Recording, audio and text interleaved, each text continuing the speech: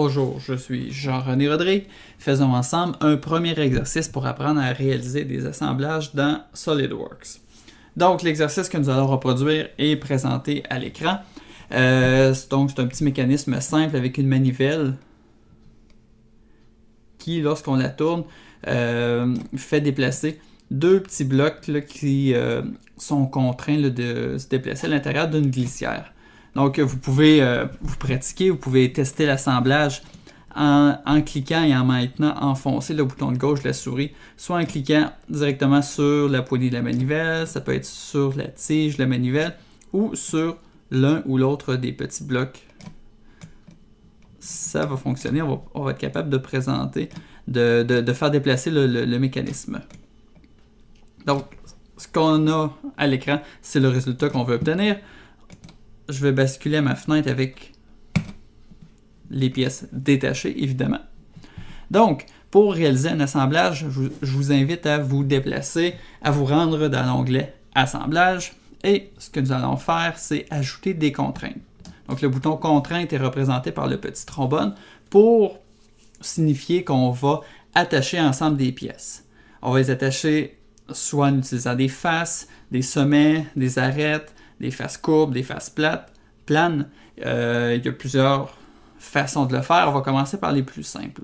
Donc, je vais cliquer sur le bouton « Contrainte ». Il y a plusieurs questions à répondre, mais on va commencer par le début. On va répondre à la question « Sélection des contraintes ». Premier bouton, il me demande « Entité à contraindre ». Donc, quelles sont les faces, les arcs, les arêtes ou les sommets qu'on va utiliser. Donc, la première chose qu'on voudrait, on voudrait que le petit bloc soit contraint de se déplacer dans la rainure horizontale. Je vais premièrement cliquer sur ma première entité, ça va être la face qui est en rouge. Donc, automatiquement, lorsque je viens cliquer dessus, elle s'ajoute à la liste ici. Si je veux la désélectionner, j'ai simplement cliqué une deuxième fois sur la face. Et je veux que ce petit bloc-là, je veux que la face à l'arrière du petit bloc soit contrainte de toujours être coïncidente avec le fond de la rainure. Donc automatiquement, lorsqu'on a cliqué sur les deux faces, le petit bloc s'est déplacé et on voit bien là qu'il s'est déplacé pour être parfaitement aligné avec le fond de la rainure. Donc je vais accepter cette proposition de contrainte-là. Donc par défaut, il me propose la contrainte coïncidente. Donc c'est correct, je veux que les deux faces soient coïncidentes.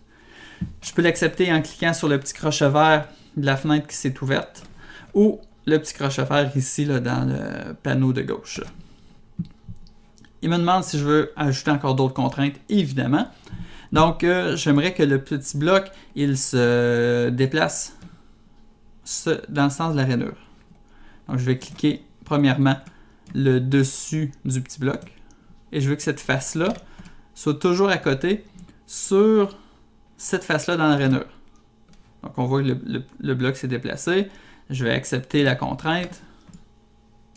Et maintenant, si je déplace le bloc, en cliquant dessus et en maintenant enfoncé le bouton de la souris, le bouton de gauche de la souris, bien, je vois là, que mon bloc peut se déplacer uniquement dans la glissière. Donc, ça répond à mon besoin. Je vais faire la même chose avec le deuxième bloc. Donc, la face rouge dans le fond de la rainure, dans le fond des deux rainures. Je vais cliquer sur la face arrière du petit bloc. Il me propose la contrainte coïncidente. Je suis content de ça. Donc, je vais simplement l'accepter avec le petit crochet vert.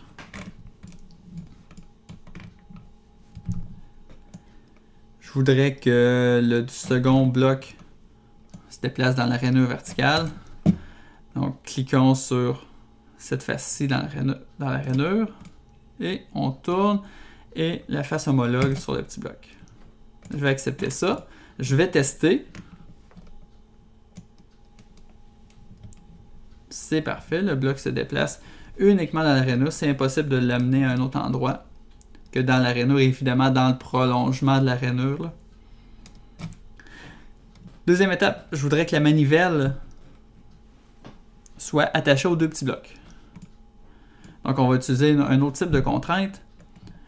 je vais lui dire que la goupille est ici. Donc, c'est la surface cylindrique. Je vais cliquer sur le cylindre. Je veux que ce soit coïncident avec le trou. Donc, je vais cliquer sur la surface cylindrique à l'intérieur du trou.